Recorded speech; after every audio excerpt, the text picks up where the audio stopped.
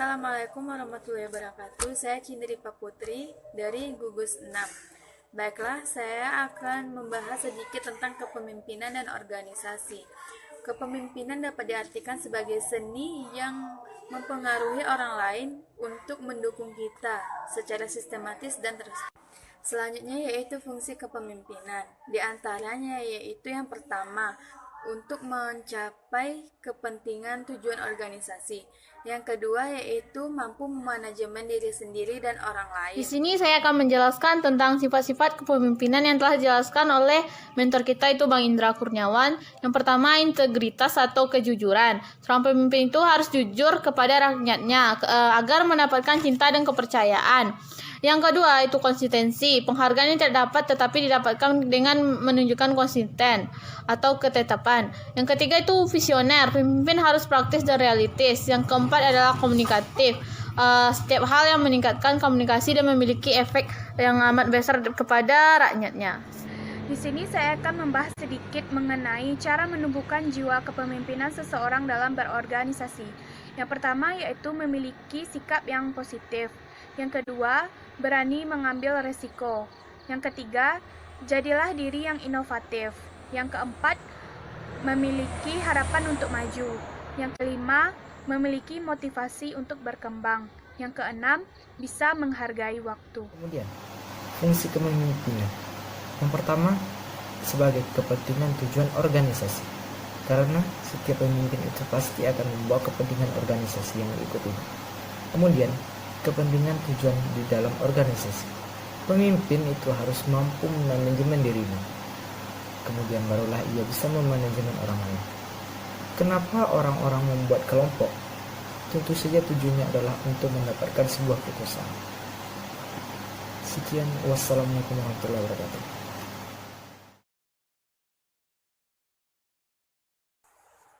Baiklah, saya Mona Yulita akan menjelaskan tentang karakter sosial. Karakter sosial adalah pembentukan. Pembentukan di dalam Kamus Bahasa Indonesia diartikan sebagai proses, cara, dan perbuatan membentuk. Baiklah teman-teman, di sini saya akan melanjutkan materi tentang 4 kategori utama pembentuk perilaku sosial pada seseorang. Yang pertama adalah perilaku dan karakteristik orang lain. Kedua, proses kognitif. Ketiga, faktor lingkungan. Dan keempat adalah faktor budaya. Semua itu dapat membentuk perilaku sosial seseorang. Mau jadi seorang pemimpin, kita harus tahu karakteristik seorang pemimpin.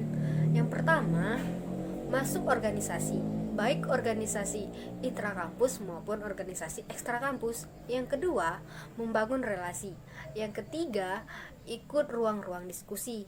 Yang keempat, memotivasi dan mendukung diri sendiri untuk selalu berkembang.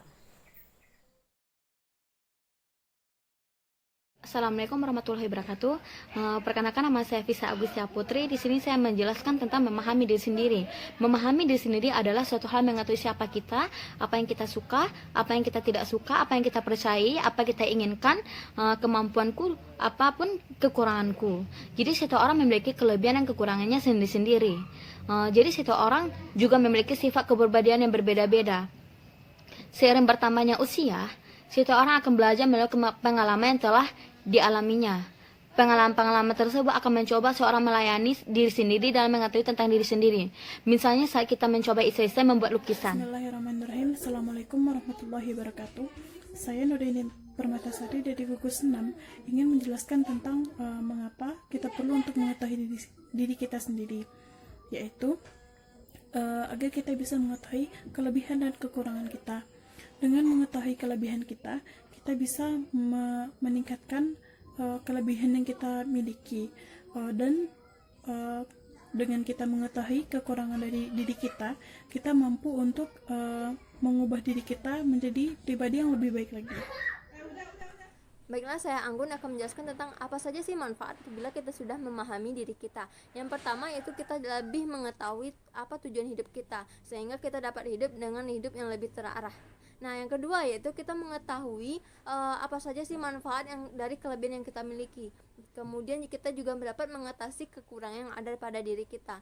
Kemudian yang ketiga, kita dapat menangani setiap masalah ataupun setiap perasaan tidak enak ataupun setiap keadaan sulit yang kita alami sehingga kita dapat menanganinya.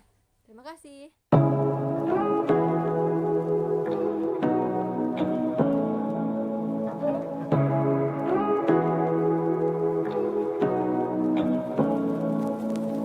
Say what you wanna say to me now.